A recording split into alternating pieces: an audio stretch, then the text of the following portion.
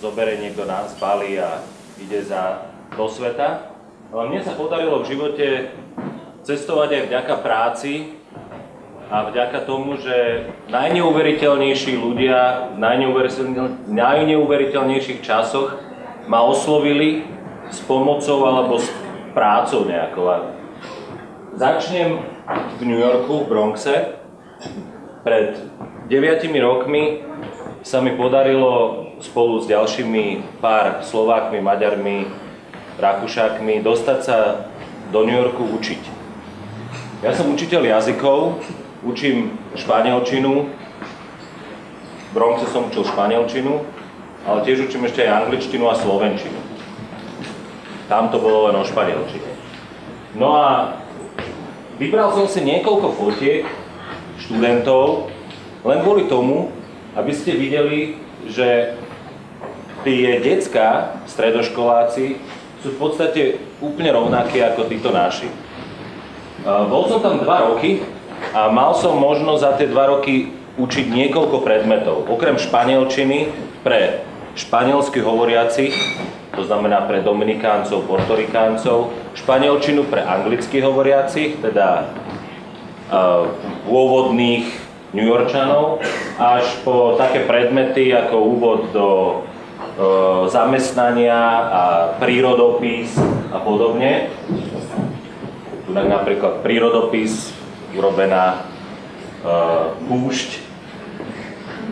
Ale bolo zaujímavé celkom aj, je zaujímavé napríklad to, že toto dievča, aby prišlo študovať tam do toho Bronxu, do tej školy, so svojím priateľom po svojich 17 rokoch ilegálne prešli tú púšť dole a dostali sa až do New Yorku a keďže nemali 18 rokov a už tam boli, tak mohli legálne začať študovať na strednej škole a rok teda potom, ako prekročila ilegálne hranice, už bola zhodou okolností moja žiačka, bez toho, aby vedela niečo po anglicky, takže prírodopis sme mali v španielčine. No a ďalší žiaci boli napríklad z Jamajky, ktorí ste boli na Jamajke, viete, že tá angličtina na tej Jamajke tiež nie je angličtina, takže rozprávajú pátua, čo je taká zlomená angličtina, tak to bolo tiež zaujímavé. No a ďalšia školská fotka, tak toto vyzerá v triede. Škola, na ktorej som učil, bola zaujímavá napríklad tým, že do nej chodil Ricky Martin a on raz do roka robil to, že bol riaditeľ tej školy. Ricky Martin, taký spevák, akože pár ľudí ho pozná. A okrem teda neho tam vyrastajú rôzne talenty. A je možné, že jedného dňa spoznáme aj Lisu, ktorá bola veľmi talentovaná speváčka. Dúfam, že na ňu nikdy nezabudnite.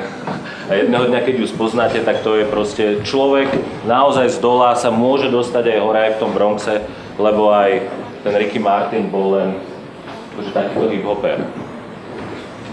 No, toto bola čisto dievčenská trieda.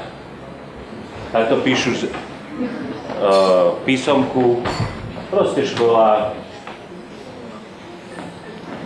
ako u nás. Takto je to po písomke. No a tá škola bola zaujímavá aj tým, že sa tam venovali umeniu.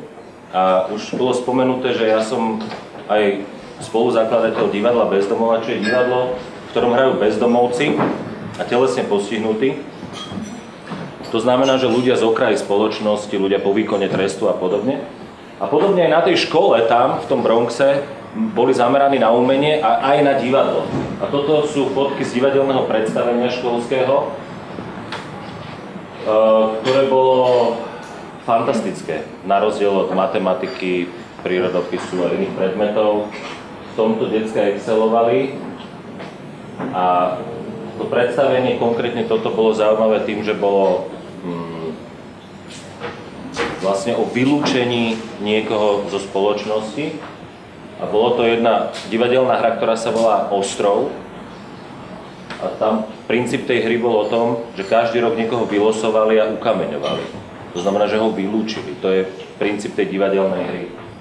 A v podstate s vylúčovaním niekoho zo spoločnosti podobne ako v Letanovciach alebo na východnom Slovensku alebo aj v Bratislave majú aj v tom Bronxe. A treba aj cez divadlo sa tá terapia celkom lepšie zvláda ako len cez nejaké rozprávanie. No, takže toľkoto v New Yorku a myslím, že tu som si ešte dovolil len takú ulicu, lebo keďže je to o cestovaní, tak aby niečo bolo aj zvonku. No a popri tom, ako som tam učil, sa stalo to, že ma oslovili z Notabene, že či by som im niečo nenapísal o tom učení.